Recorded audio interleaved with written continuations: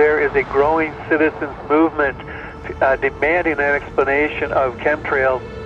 And I talked to my NSA buddies at Fort Carson, Peterson Air Force Base, and Buckley, where I was actually their doctor taking care of the pilots flying and spraying the chemtrails. So I know it's real. If anybody says it's not real, they're full of it. It's not the same as conducting some localized test for some defensive project. This is open air operations. It's not a test. This thing is in place.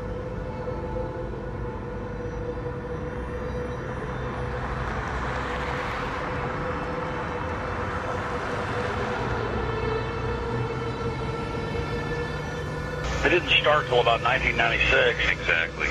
And, growing up my whole life, a condensation trail disappeared, the 20 seconds, a minute, 2 minutes. And now it can be in the summer at like 4,000 feet, and there's these big clouds behind jets. Some jets leave it behind, leave a trail behind them. Other jets at the same flight level, same altitude don't.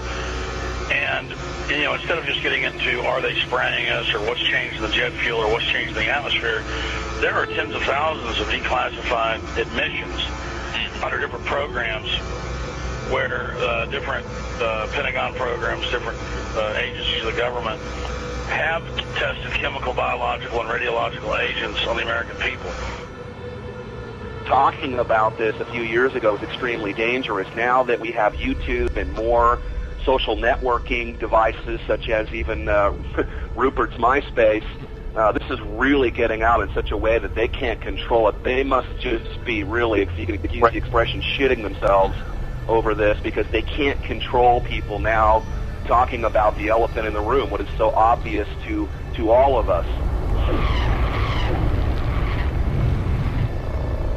There's a feeling from that area that the state doing all of these weather modification programs might not be doing it for the benefit of the citizens of Texas and other states that they may impact as well. Well, many of the planes that we're seeing here in Abilene will actually turn whatever they're spraying on and off right before our eyes. I mean, you'll see a plane up there flying like normal, and then all of a sudden it starts spraying.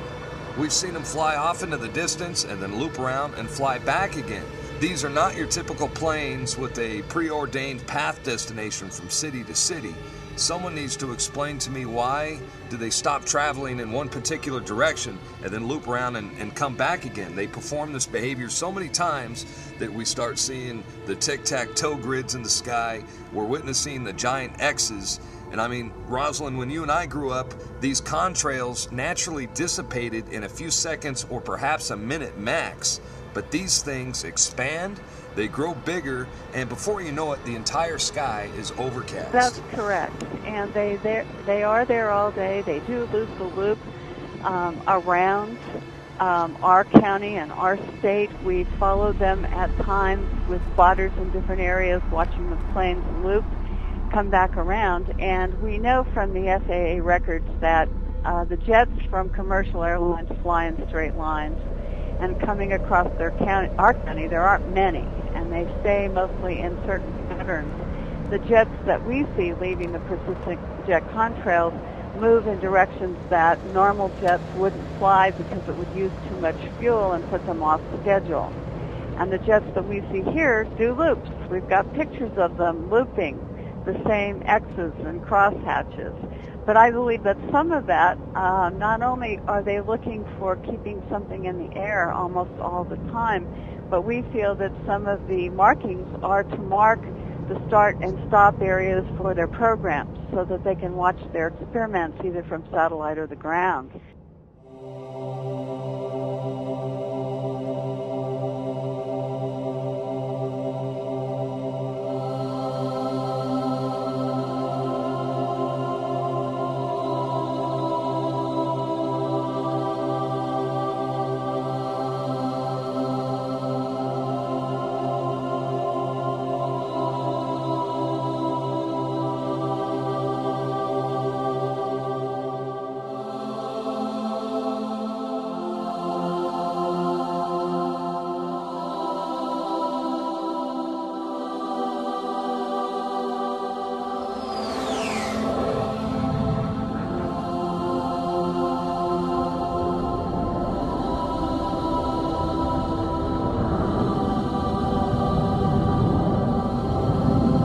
Why do they want to keep this quiet? Why aren't they talking about this? Why don't they want us talking about it? And you can only come to the conclusion that they're hiding something. Now, do you believe that this is a full-scale secret operation that includes not only the U.S. but Europe and the rest of the world?